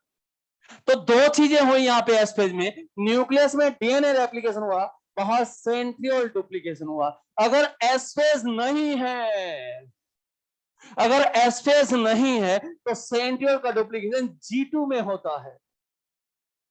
ऐसा मैंने क्यों बोला? अगर एस फेज नहीं है तैयारी में, G1 और G2 है, एस फेज नहीं है, तो सेंट्रियोल का डुप्लीकेशन G2 में होगा। ऐसा मैंने क्यों बोला? मियोसिस सेकंड में ऐसे होता है। मियोसिस सेकंड में एस फेज नहीं होती है, क्योंकि पूरे सेल डिवीजन में डीएनए रेप्लिकेशन केवल एक बार होता है, और वो मियोसिस 1 में हो जाता है। तो मियोसिस सेकंड के रेस्पेक्ट में बात बोल रहा हूं। बंद कर दे उसको बेटा, कुछ नहीं है, उसको बंद कर दे। दुखी रहते हो तुम। ए चबूतरे, यहां पे सेंट्रियोल का डुप्लीकेशन होगा।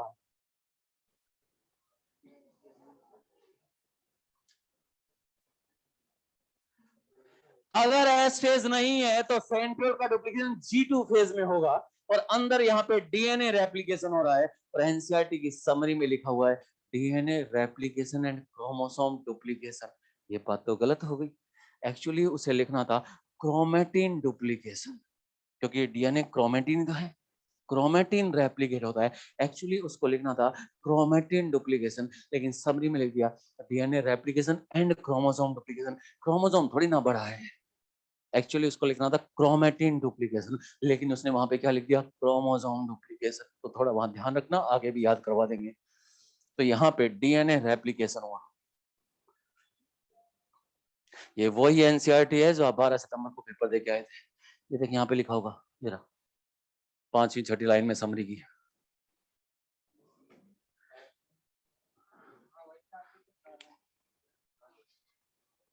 इन्हीं चीजों में अटके रहना तुम। ये 5वीं नहीं 9वीं लाइन है, 10वीं लाइन है, खा खा के सूख के कांटा हो रखे हैं, दिमाग नहीं बढ़ रहा, शारीरिक वृद्धि हो रही है, बोले मानसिक है ही नहीं। तो फर्स्ट चेक पॉइंट ने परमिशन दे दी, सुनो इधर, फर्स्ट चेक पॉइंट ने परमिशन दे दी, सेल को आगे आने की परमिशन मिल गई, सेल एस फेज में एंटर कर गई।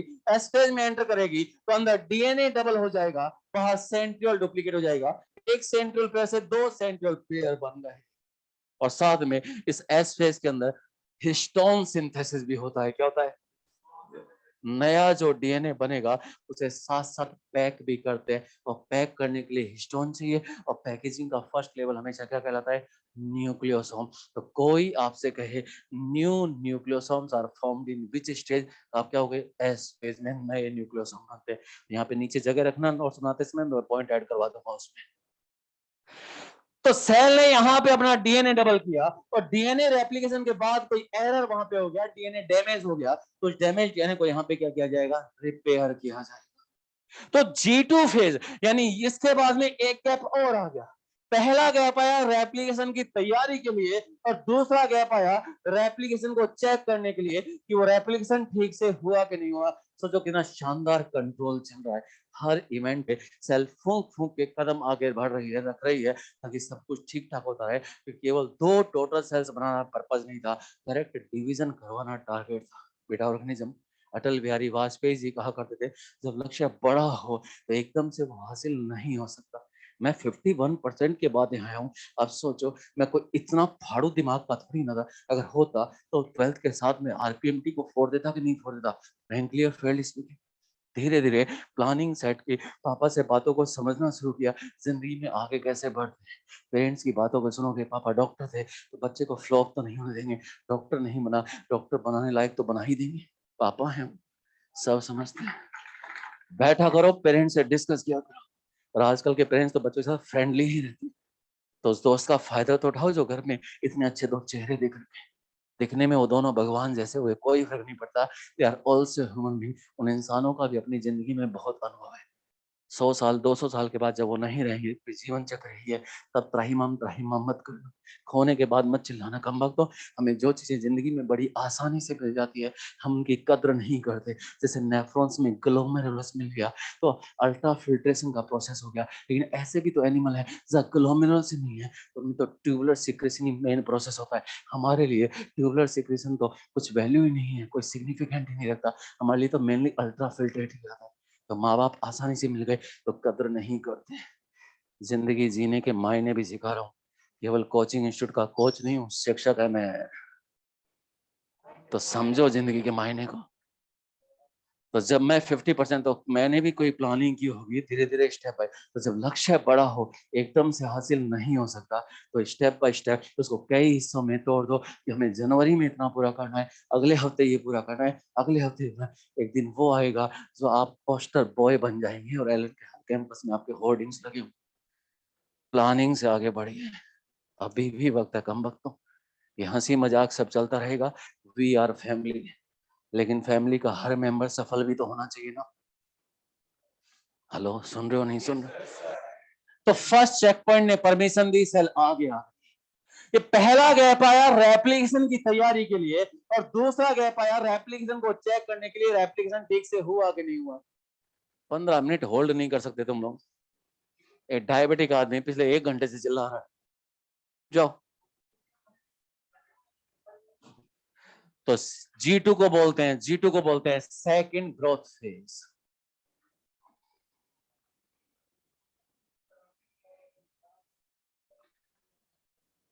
G2 को बोलते हैं सेकंड गैप फेज। S के बाद आया पोस्ट सिंथेसिस होगा। M से पहले आया प्री माइटोटिक फेज होगा। तो यहां पे अगर डीएनए डैमेज हो गया तो उसको रिपेयर किया जाएगा। अब समझो, रेप्लिकेशन से पहले कोई प्रॉब्लम आ गई, रेप्लिकेशन यहां होगा। कि नीट का क्वेश्चन आया हुआ है हर जगह पे, तो जी नोट पे तो हर बार क्वेश्चन उसने पूछा है। और ये भी पूछा था कि जीवन के लास्ट में डिसाइड होता है पहले डिसाइड होता है, तो जी नोट कहां आता है, ये भी उसने क्वेश्चन पूछा था। तो जीवन के लास्ट में जी नोट आता है, क्योंकि यहीं पे सेल डिसाइड करती है कि अगर उसको न्यूट्रिएंट लगातार मिल रहे हैं तो आगे चली जाएगी, या फिर वो रुक कर इंतजार करेगी या परमानेंट एग्जिट मार देगी। सारे फैसले जी नोट में होते हैं और जी नोट जीवन के लास्ट में आता है। तो उसने क्वेश्चन ये भी पूछा था कि जी नोट जो होता है सस्पेंडेड इन सेल साइकिल, क्योंकि एनसीईआरटी का एग्जिट फ्रॉम जीवन, एनसीईआरटी ने एग्जिट फ्रॉम सेल साइकिल नहीं लिखा है। साइकिल से बाहर निकल जाना और साइकिल में सस्पेंड रहना दो अलग अलग बात है। और ये क्वेश्चन भी आया हुआ है, अगर रेप्लिकेशन से पहले कोई प्रॉब्लम आ रही है तो फर्स्ट चेक पॉइंट की जिम्मेदारी, रेप्लिकेशन के समय या रेप्लिकेशन के बाद कोई प्रॉब्लम आ गई तो यहाँ पे सेकंड चेक पॉइंट होता है, उसकी जिम्मेवारी होती है कि पहले उसको ठीक करवाया जाएगा, फिर सेल को आगे भेजा जाएगा। रेप्लिकेशन से पहले कोई प्रॉब्लम हो गई तो फर्स्ट चेक पॉइंट की जिम्मेवारी, रेप्लिकेशन के समय रेप्लिकेशन के बाद में कोई प्रॉब्लम हो गई तो सेकंड चेक पॉइंट की जिम्मेदारी होती है कि उस डैमेज डीएनए को रिपेयर किया जाएगा, फिर उसके बाद में उसे आगे जाने की परमिशन देगा, फिर एक्चुअल डिवीजन होगा। तो सेकंड चेक पॉइंट यहां है G2 और M फेज के बीच में, ये सेकंड चेक पॉइंट है।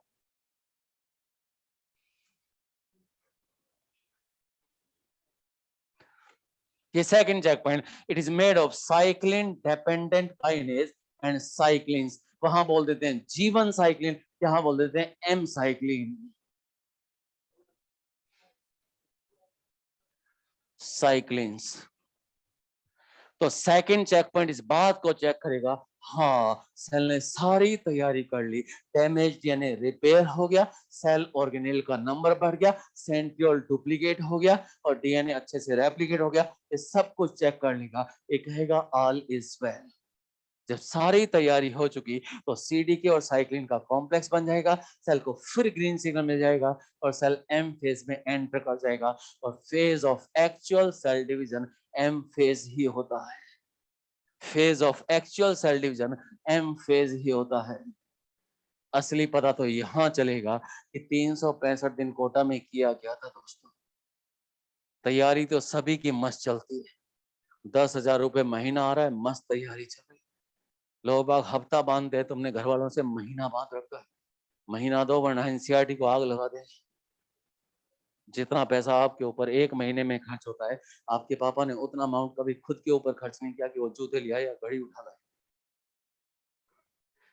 तो कम से कम इतने सपने तो रखो कि वो पहला शानदार महंगा जूता, महंगी घड़ियां, महंगी जीन्स, महंगे मोबाइल आप पापा को पहली सैलरी में सबको ला ला के दोगे गिफ्ट में। बाद की सैलरी तुम उड़ा देना, किसने मना किया है कम वक्त। बड़े सपने है ना, वो मर्सिडीज की चाबी, वो ऑडी की चाबी। 5 दिन खूब काम करना, बिल्कुल फॉरेन स्टाइल में चलेंगे, खूब जिंदगी बचाएंगे, मेडिकल कैंपस मस्त दिया करो यार, खुश रहा करो। खुश रहोगे ना, इनपुट जाएगा, आउटपुट जरूर आएगा, देर सवेर आए मस्त आएगा, कोई टेंशन की बात नहीं है। आप मेरे से कहीं ज्यादा जीनियस है, आपके मार्क्स मेरे से कहीं ज्यादा आए, आप पहचानो अपने, क्योंकि आप इंटेलिजेंट है तभी तो आए मेरे से। तो अभी आके मेहनत को कंटिन्यू रखो, कंपटीशन में फाड़ू होना नहीं चाहिए, कंटिन्यूटी मेंटेन करना है। 4 महीने कंटिन्यूटी कर ली ना, जो चल रहा है क्लास में 100%। सवाई माधोपुर वालों सुन लेना अच्छे से, कितने बच्चे हैं सवाई माधोपुर से? हाँ एक ही होगा, वो तो मुझे पता। सुन लेना अच्छे से, पेरेंट्स तो बहुत चिंता करते हैं बेटा जी। तो जो क्लास चल रहा है उसमें 100%, ताकि क्लासरूम की बात क्लासरूम में खत्म हो जाए, घर पे जाके मॉड्यूल को रीड करना है, line to line, word to word, है ना, बस इतना ही करना है। फिजिक्स केमिस्ट्री के जब न्यूमेरिकल क्वेश्चन करो, टाइमर लगा के करो, स्पीड और एक्यूरेसी बढ़ेगा। जब टॉपिक पढ़ लो तो पेपर देने की सोच के साथ जाएगा। अब पढ़ लिया अपन ने मोल कंसेप्ट, अब ऑप्टिक्स पढ़ा दिया सर ने, अब देखते हैं इस पे क्वेश्चन क्या डिजाइन करते हैं। हमने तो इतनी प्रैक्टिस कर ली, अब देखते हैं HKG सर, बाहुबली सर क्या क्वेश्चन बनाएंगे इसके ऊपर, ये देखते हैं। इस सोच के साथ जाया करो। अब देखते हैं सर ट्विस्ट कहाँ लाते हैं क्वेश्चन के अंदर। डर के और फोबिया से जिंदगी नहीं जी जा सकती, रिलैक्स रह के। समझ में आ रहा है कि नहीं आ रहा है? पेपर 12th पास या 12th अपीयर्ड के लिए ही बनेगा, कोचिंग इंस्टीट्यूट के कोच के लिए पेपर नहीं बनेगा। पापा लोग मम्मा लोग तो खूब मेहनत कर रहे हैं भाई साहब, आप भी तो परफॉर्मेंस दीजिए, और आपको 0 से शुरू नहीं करना। तो phase of actual cell division,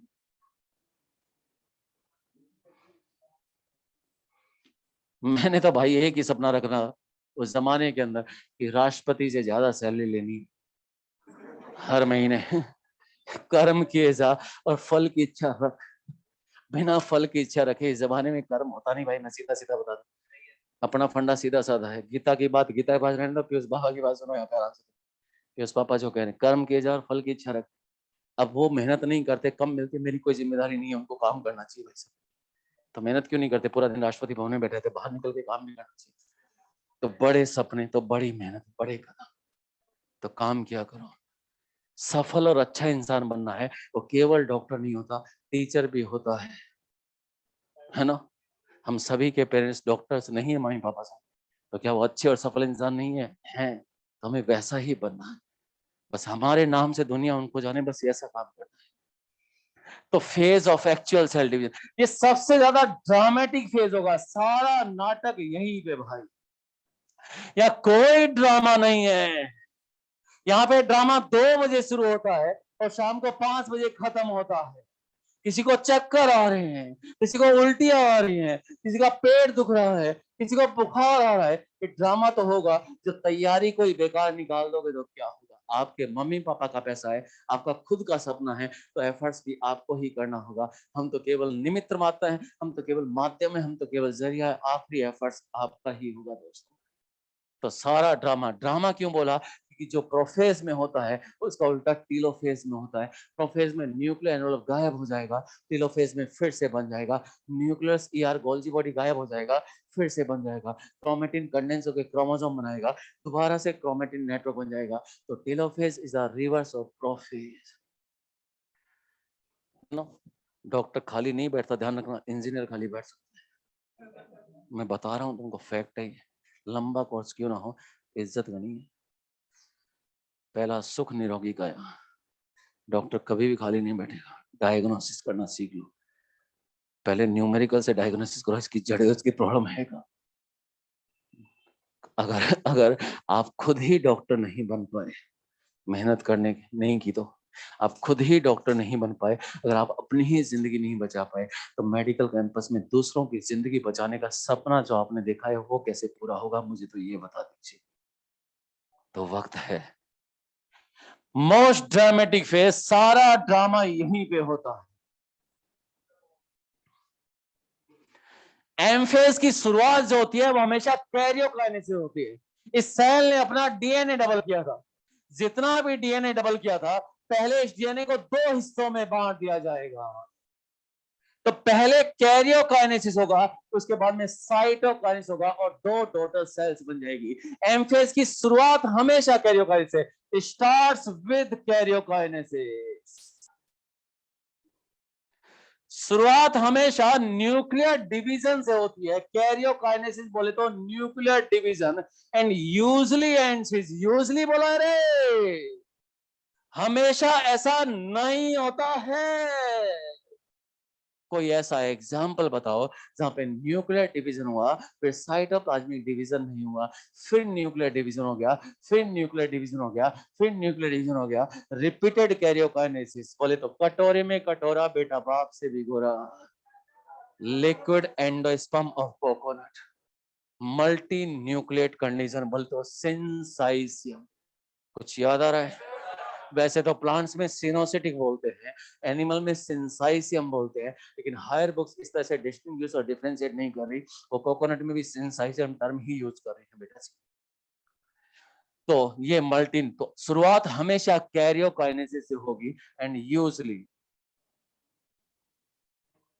ends with cytokinesis. Usually क्यों लिखा? लिक्विड एंडोस्पर्म कोकोनट के लिए।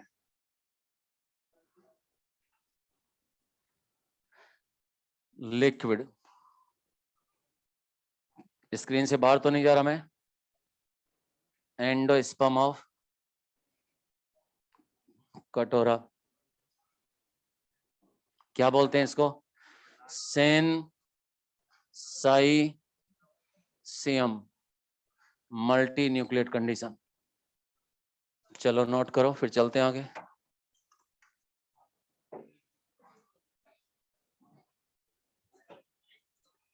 हाँ लिखा दूंगा बेटे।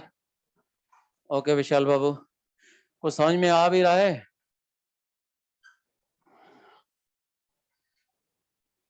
कोशिश करते हैं सेल के बहाने ऑर्गेनिज्म को जिंदगी का महत्व समझाने। कंटेंट रटवाने के लिए तो पैदा हुए नहीं ना, क्या करें? A teacher always be A learning student. Her class में सीख के जाते हैं हम तो। इतने अच्छे घरों का इतना संस्कारिक बच्चा रोज देखने को मिलता है, इससे ज्यादा लकी क्या होंगे हम लोग? Very lucky. आप तो प्राइड ऑफ इंडिया बनोगे कम वक्त। ये स्टूडेंट्स मेरे इंडिया की केवल 15 से 20% पॉपुलेशन है, लेकिन ये मेरे भारत का 100% भविष्य है। यूथ ये होता है। यूथ क्या होता है ये जापान भी जाके देखो।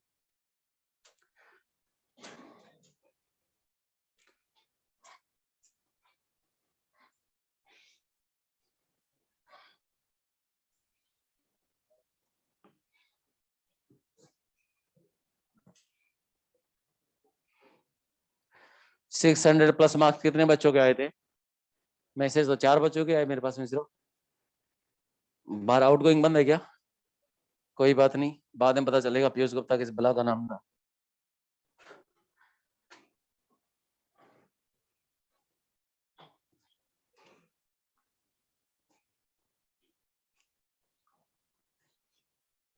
सुपारी किसके नाम की सुपारी ले रखी है? यार थारे नाम की। पे तो इंसान कब बनेगा? उन सर की बात उनकी क्लास में, मेरी क्लास में सिर्फ मेरी बात। बहुत शरारती बच्चा है। मार्क्स तो ठीक आ रहे होंगे, दिमाग ठीक है? कितने मार्क्स आ रहे हैं? मार्क्स कितने आए? दिमाग तो ठीक है, सही डायरेक्शन में थोड़ा सा यूज करेगा तो फिर लालू नहीं बनेगा। अच्छा दिमाग है बेटा आपके पास में, दिमाग की कमी नहीं है। थोड़ा सा सिंसियर और बन जा, थोड़ा सा। अब टारगेट देख 700 का, सुन रहा है? अच्छा खासा दिमाग है, मजाक मजाक में सिलेक्ट हो जाओगे आप, मुझे पता है, लेकिन अच्छे कॉलेज के लिए 650 प्लस जाना है। बच्चे सभी पढ़ने लगे, केवल आप ही नहीं पढ़ रहे। और जब पढ़ ही रहे हो तो आप बेहतरीन पढ़ो बेटा, दिमाग में सब सही है आपके पास में।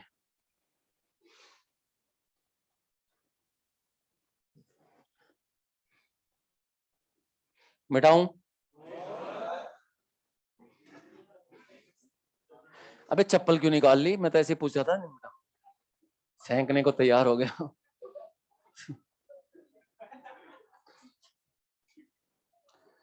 बहुत पैसा हो रखा है, आईपैड पे आ गए, हमसे कंपटीशन।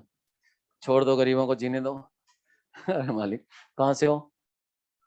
बिहार में बहुत पैसा है। पापा क्या करते हैं? है बेटा? रेलवे हॉस्पिटल में है, डॉक्टर हैं क्या? बिहारी, वहीं पटना पोस्टिंग, पोस्टिंग आए। है बेटा? इकलौते हो? छोटी बड़ी? डॉक्टर बनना है?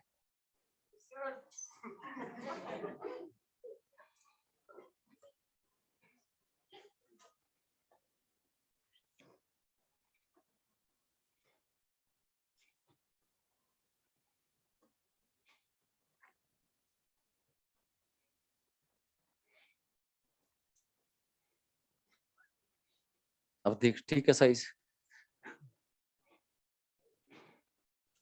एक्चुअली क्या, इधर बड़ी स्क्रीन पे देखते हैं, वो फोन का स्क्रीन ही बहुत छोटा रह जाता है। क्या करें, कंटेंट भी लिखना है।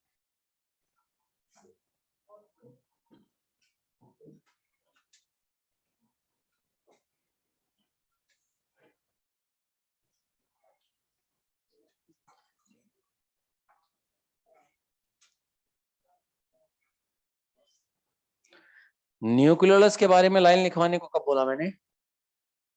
मैंने कहा एस फेज में लाइन लिखवा दूंगा। न्यूक्लियोलस के बारे में कुछ बोला क्या आज? डॉक्टर साहब कंफ्यूज करते थे मास्टर को। मैंने कहा था एस फेज में यहां पे लिख देंगे अपन, क्या लिख देंगे? Histone synthesis. न्यूक्लियोसोम सर, अच्छा बच्चा न्यूक्लियोसोम, न्यूक्लियोसोम बोला है बेटे, न्यूक्लियोलस नहीं राजा बाबू। वो यहाँ पे लिख देंगे अपन स्पेस में दो को। नए न्यूक्लियोसोम यहाँ बनते हैं और हिस्टोन सिंथेसिस भी यही होता है। हेलो, प्रोटीन तीनों में बनेगा, आरएनए भी तीनों में ही बनेगा। ट्यूबुलिन प्रोटीन यहाँ बनेगा G2 में। अगर एस फेज नहीं है तो G2 में सेंट्रियोल का डुप्लीकेशन भी होगा। सेल ऑर्गेनेल का नंबर कभी भी बढ़ सकता है, लेकिन एनसीईआरटी की समरी में लाइन लिखी है G1 के लिए।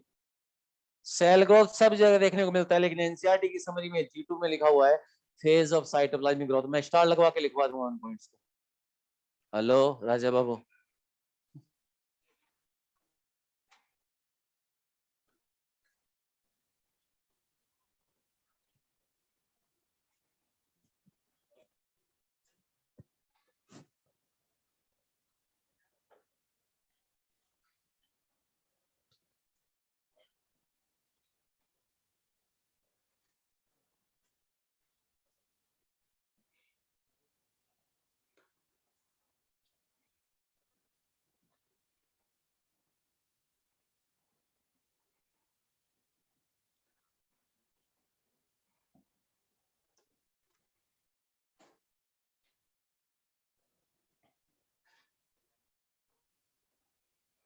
जब भी कोई चैप्टर कंप्लीट हो तो पिछले 5 साल के क्वेश्चन अच्छे से देख लिया करो कि यार इस टॉपिक से तो कभी कोई क्वेश्चन पूछ ही नहीं रहा है थोड़ा सा लेके, तो उसको थोड़ा सा एक बार, ज्यादा उस पर जज्बाती होने की जरूरत भी नहीं है।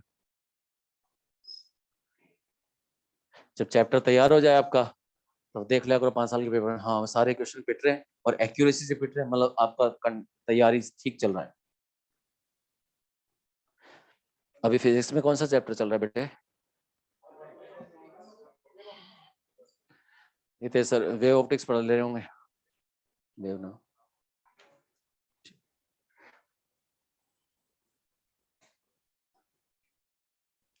केमिस्ट्री कौन सी चल रही है?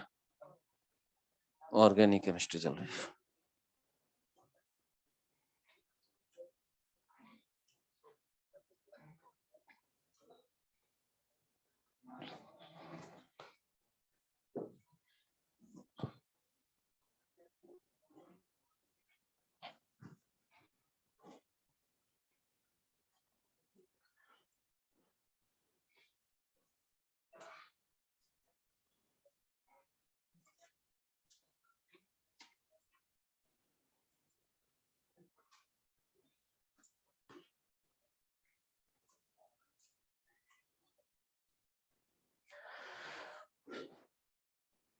सीडीके के साथ में साइक्लिन्स लिखा है बेटा, साइक्लिन्स प्रोटीन होती है। अब पूरे सेल साइकिल में साइक्लिन्स का नंबर जो होता है वो घटता बढ़ता रहता है, मतलब साइक्लिन्स की जो क्वांटिटी है उसमें फ्लैक्चुअली चेंजेस आते रहते हैं, फ्लक्चुएशंस आते रहते हैं, साइक्लिक चेंजेस होते हैं। साइक्लिन्स सीडीके और साइक्लिन्स, यहाँ जो साइक्लिन काम करेगी उसे जीवन बोलेंगे और यहाँ जो साइक्लिन उसे एम साइक्लिन बोलेंगे। तो साइक्लिन एक प्रोटीन है और प्रोटीन जब काइनेज के साथ जुड़ जाती है तो ये काइनेज एक्टिव हो जाता है। तो जब सीडीके और साइक्लिन का कॉम्प्लेक्स बन जाएगा तब सेल को ग्रीन सिग्नल मिलता है और सेल आगे चले जाता है। तो ये जो काइनेज है, ये जो साइक्लिन है, ये सब प्रोटीन्स और एंजाइम है, इसको जीन बनाता है, डीएनए बनाता है। इसलिए एनसीईआरटी कह रहा है वहां पे इस पूरे सेल साइकिल में शानदार जेनेटिक कंट्रोल रहता है। जेनेटिक कंट्रोल मतलब जीन के थ्रू, डीएनए के थ्रू।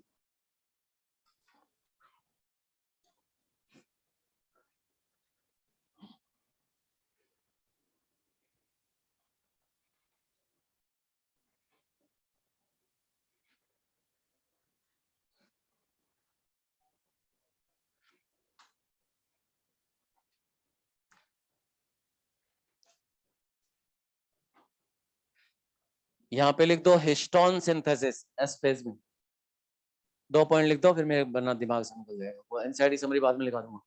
एस फेज में लिखो हिस्टोन सिंथेसिस, हिस्टोन सिंथेसिस। दूसरा पॉइंट लिखो new nucleosomes are formed, new nucleosomes are formed.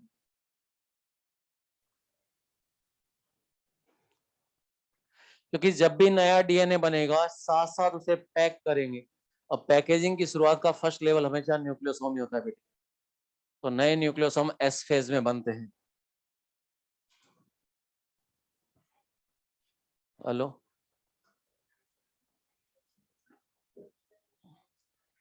अब मैं बताऊं एनसीईआरटी कहां से पढ़ते?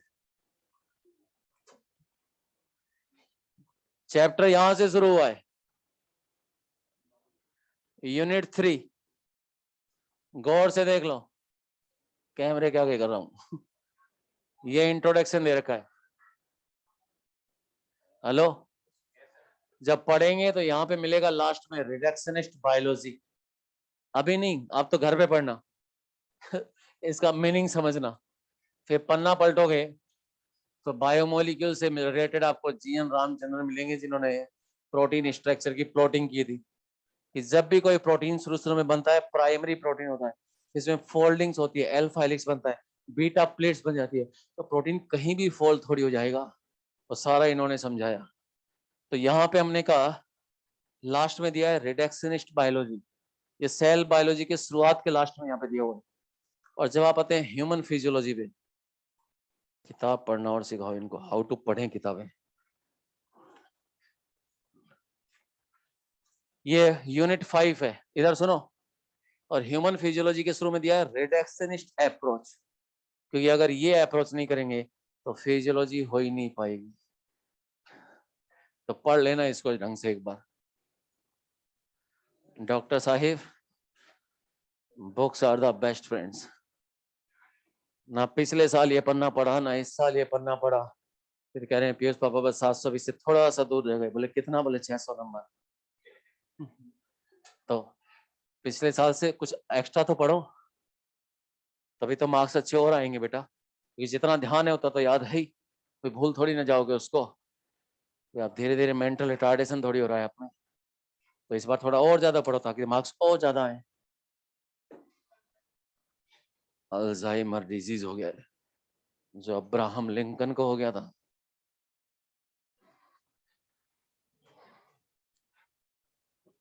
हो गया। एनसीईआरटी समरी लिखो पॉइंट।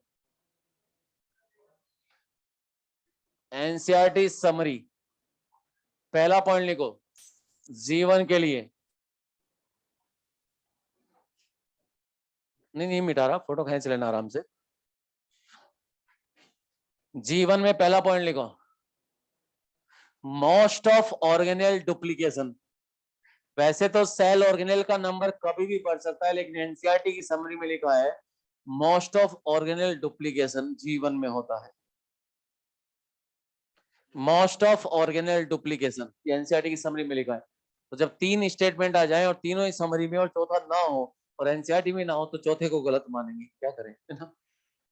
और यहाँ पे दूसरा पॉइंट लिखो एस फेज के लिए, DNA replication and chromosome duplication. ये एनसीईआरटी की समरी में लिखा है। लिखना क्या था? Chromatin duplication. पहले एनसीईआरटी की लाइन लिख लो, DNA replication and chromosome duplication. Chromosome को अंडरलाइन कर लेना, DNA replication and chromosome duplication. Chromosome को अंडरलाइन कर लेना, उसके नीचे ब्रैकेट में लिख देना क्रोमेटिन, याद रहेगा। एक्चुअली क्रोमेटिन लिखना था, एक्चुअली क्रोमेटिन लिखना था बेटे। तीसरा पॉइंट बेटे, G2 के लिए लिखो, phase of cytoplasmic growth. Cytoplasmic growth तो लगातार हो ही रही है, एनसीईआरटी की समरी में G2 के लिए लिखा है फेज ऑफ साइटोप्लाज्मिक ग्रोथ।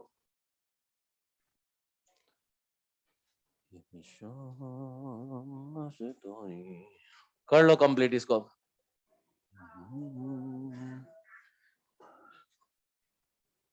हाँ बेटा, रामचंद्रन प्लॉट प्रोटीन की स्ट्रक्चर्स के लिए पढ़ना, बायोमोलिक्यूल में पढ़ते हो आप लोग।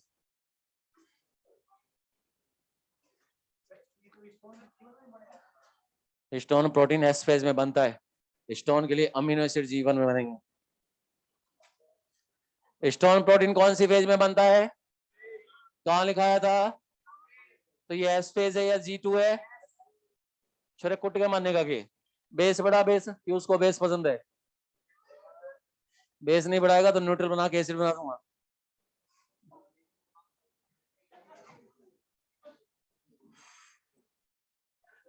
खुश तो बहुत होंगे आज तुम। Bye bye.